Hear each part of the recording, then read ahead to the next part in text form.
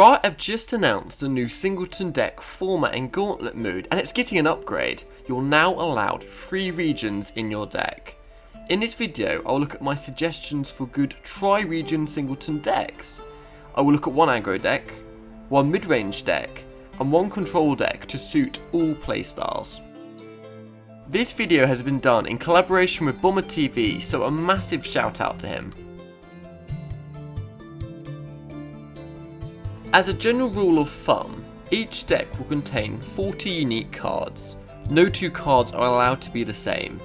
To maximise the number of powerful cards, each deck contains 6 champions which try to link into some very high level synergy theme, for example burn, combat or death for example.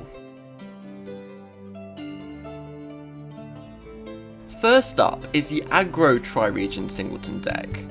This features cards from Noxus, Shadow Isles and Iona.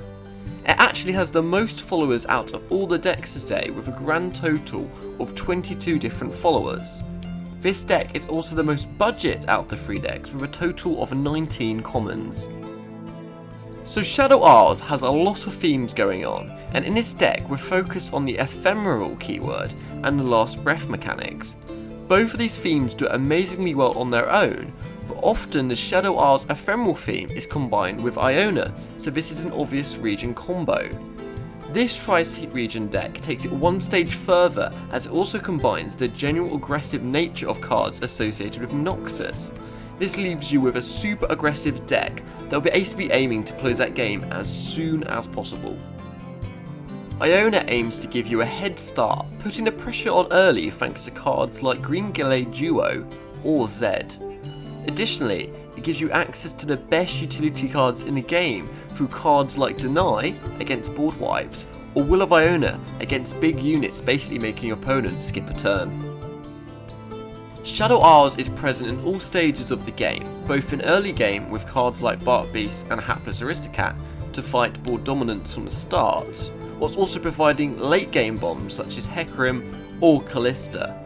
Shadow Isles is a faction that nicely links all the cards in this deck together through the theme of death. Finally, Noxus is more present in the late game with big guys such as K to the Arm or Darius to end the game really quick when they do get played. When you can't finish a game through usual methods, you can use Noxus Overwhelm cards to deal big damage. These are supported by spells like Decimate for big burn damage, or Decisive Maneuver to prepare for a big aggro finish. If you want to climb Singleton Gauntlet as quickly as possible, this is the deck for you. Next up is the Midrange tri-region Singleton deck. This features cards from Demacia, Freljord and Noxus.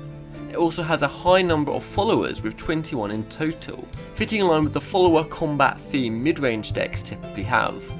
This deck contains the most Demacia cards out of the 3, sitting at 19 out of the 40 in total. The old school vanilla Demacia Noxus midrange is pretty viable in this format, even though not all the cards are competitive enough for ranked. In this strange format, even the second hand cards from those factions are still pretty valuable, and this is a very important aspect in a value driven format. Freljord Noxus is a very strong archetype at the moment in ranked, and the addition of some power cards from Freljord can make this tri-region deck even stronger.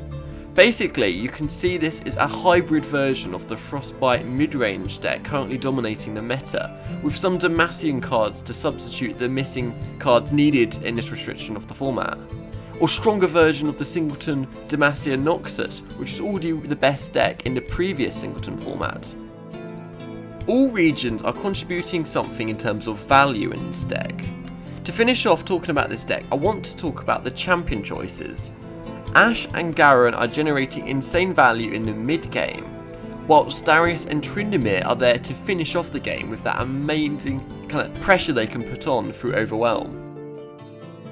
As for the spells in this deck, we combine all the cheap tricks from Freljord, so think Brittle Steel and Elixir of Iron, which can be used in combat or for removal, and a great value at just 1 mana, generating a huge mana advantage at the same time. This deck also has the best removals from Noxus, Culling Strike and Noxus for 4. Even though these don't fit directly in line with the theme of the combat nature of this deck, you can use them to save key units that are helping you ramp to that mid-game peak that you want with this deck. To finish off, I want to mention the insane value generating spells from Demacia, Riposte, and Judgment. No mid-range deck is complete without these. Use Riposte to save your units, or take out your opponent's key units. Do I even need to mention why Judgment should be included? Remember to use this both offensively to get the advantage, or defensively when there's an unfavourable fight you're going to be involved in. If you want to have a nice mix of control and aggression somewhere in the middle, winning Singleton decks at a medium pace, then this is the deck for you. Finally is the Control Tri-Region Singleton deck. This features cards from Shadow Isles, Freylord, and Piltover and Zorn. It has the most spells out of all three decks, featuring 22 in total, fitting in line with the removal control theme you typically see in control decks. This deck contains the most Shadow Isles cards, sitting at 17 out of 40. A lot of players don't know what to do when they're thinking about control. Shadow Isles for sure, but then what? Piltover and Zorn? Freylord? Well, now you don't have to choose anymore, because you can pick both.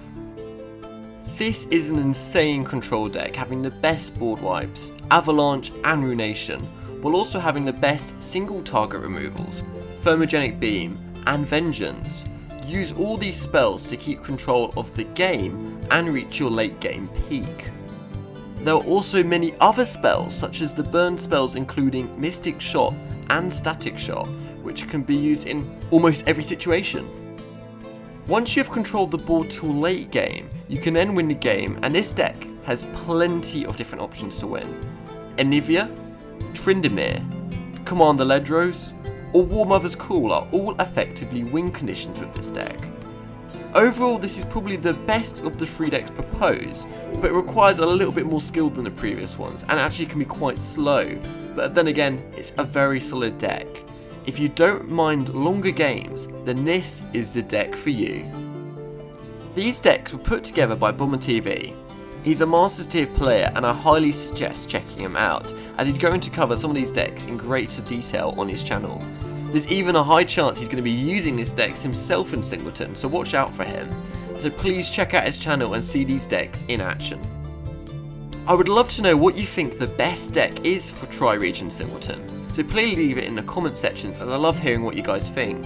And also, if you have any other decks you've had success with, please also tell me about it, I'd love to hear. Thank you very much guys, please like and subscribe, and I'll see you next time.